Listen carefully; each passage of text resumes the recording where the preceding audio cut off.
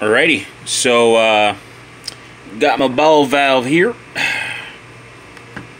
and it is currently open.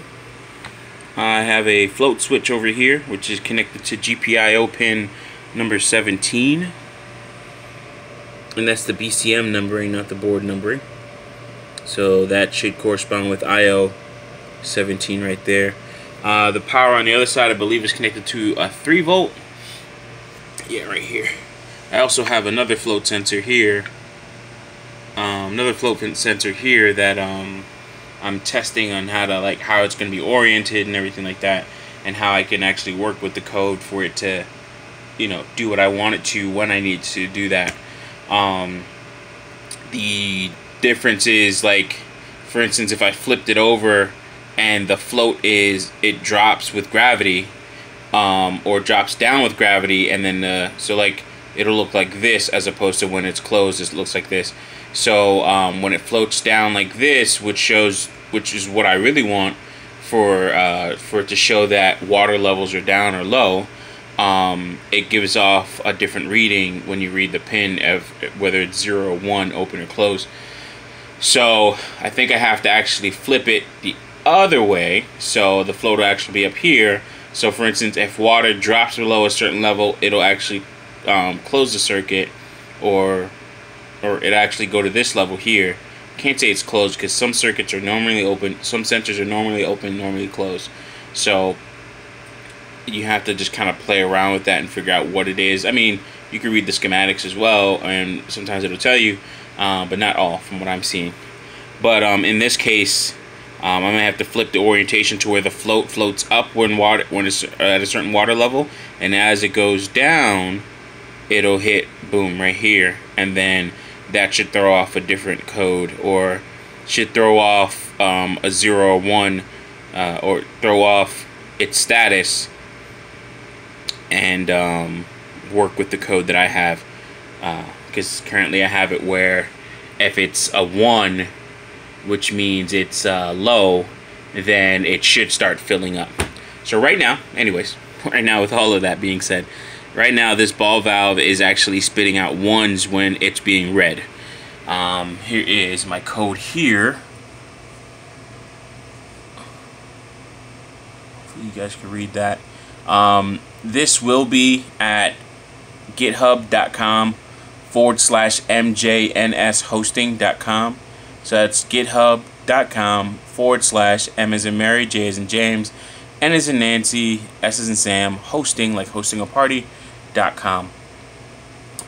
Pretty much stepping through this code. At the very top, we have a constant variable, or a constant being defined as capital Gpio equals require onoff, which is the library that I'm using, which is a JavaScript library available off of npm, so you can install that. Once that's defined, then I can actually do constant, topFloat, and Gpio, and then the pin itself, pin 17, and I set that to out. Right there. Can I make that any? Right there. Sorry. Set that to out. Same thing below with the intake valve. I'll set that to out as well. Gpio pin number 5. I have a first function. It checks if the relay is on or off, or open or closed.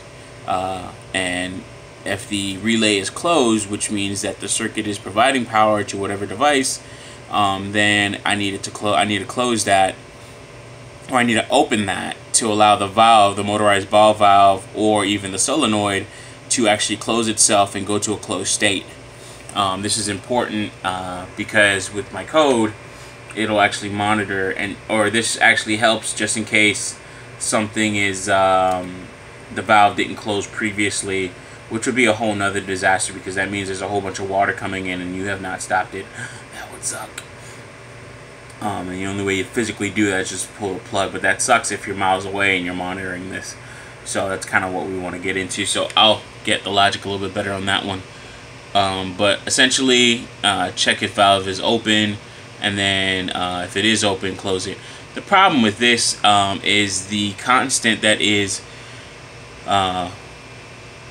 defined earlier, intake valve, actually opens or actually closes the circuit for you momentarily, and then this will check it. It'll see that it's actually closed, which means that the power is supplied to the valve, which means the valve itself is open, and it will close it.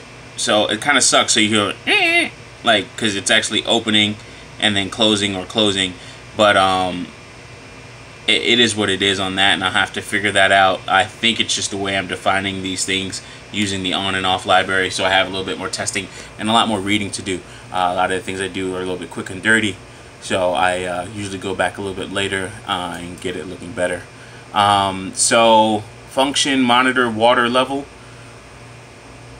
There's a brief description in there, but essentially, if topFloat.readSync, so read synchronously, if it equals 0, which means that the float level or the water level is high, close valve.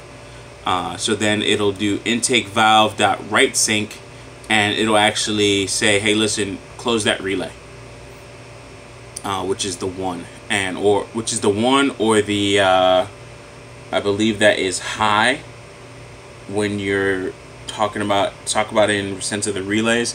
You can either have it as high or low. If you do it set it to low, like I talked about in the previous video, it actually turns the pin on, or it closes the relay and turns the device connected to it on.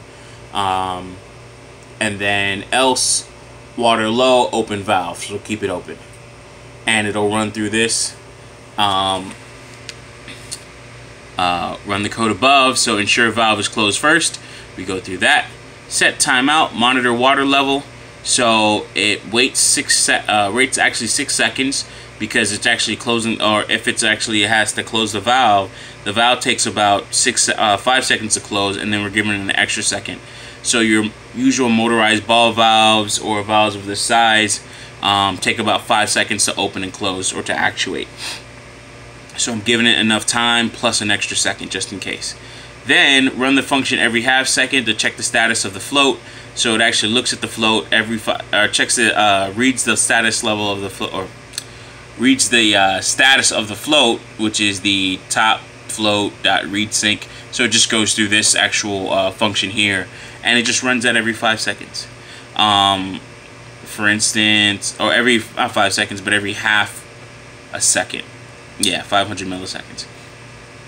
In this case, or at the end, I have, if I'm running this from, if I do like a node and then the name of this actual JavaScript file, then it will automatically close the valve by freeing up the resources.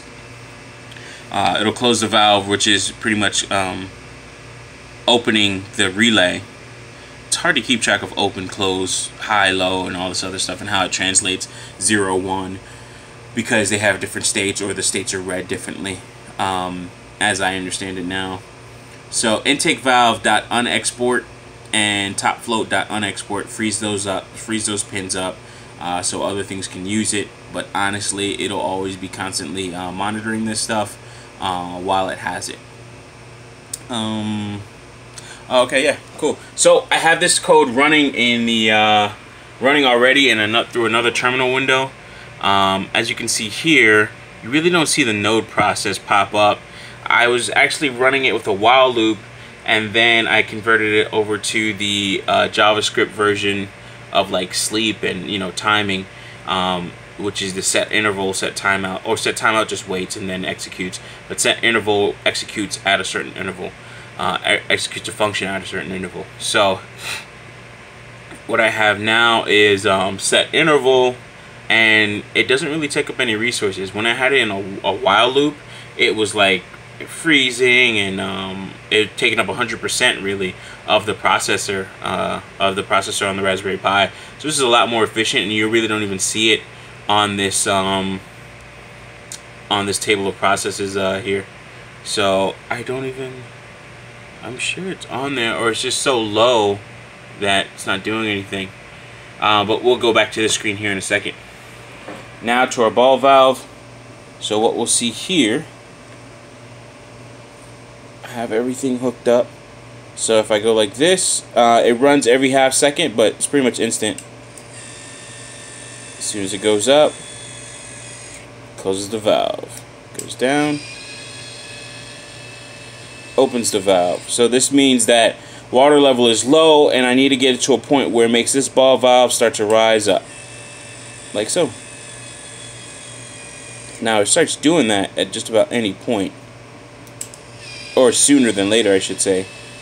So as soon as it starts to go up, it'll sense that right about here, and it'll close that off before it actually gets too high. And you can actually adjust this or just have it dangling a little bit lower in the tank or reservoir, so that could be good for you. Of course, I have my fabricated connectors. So yeah, this actually works pretty well. And let's see how the table of processes looks.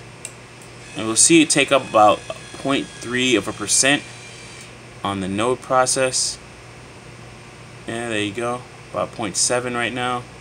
And it drops off because it's not really doing much of anything. So pretty efficient and very what's it called? Very fast. It's actually working very well. They're very responsive, I should say. Not even really fast, but responsive. Even with running every half second. I don't know of any better way of doing this, but so far this seems like it's not killing the resources, especially not like a while true loop or anything like that. That's pretty much it. So now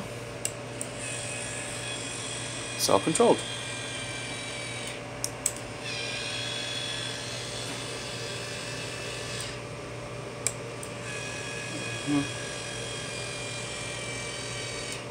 So this is closing the ball valve.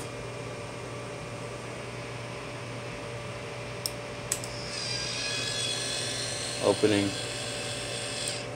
Yeah. Alrighty. As always, thanks for watching.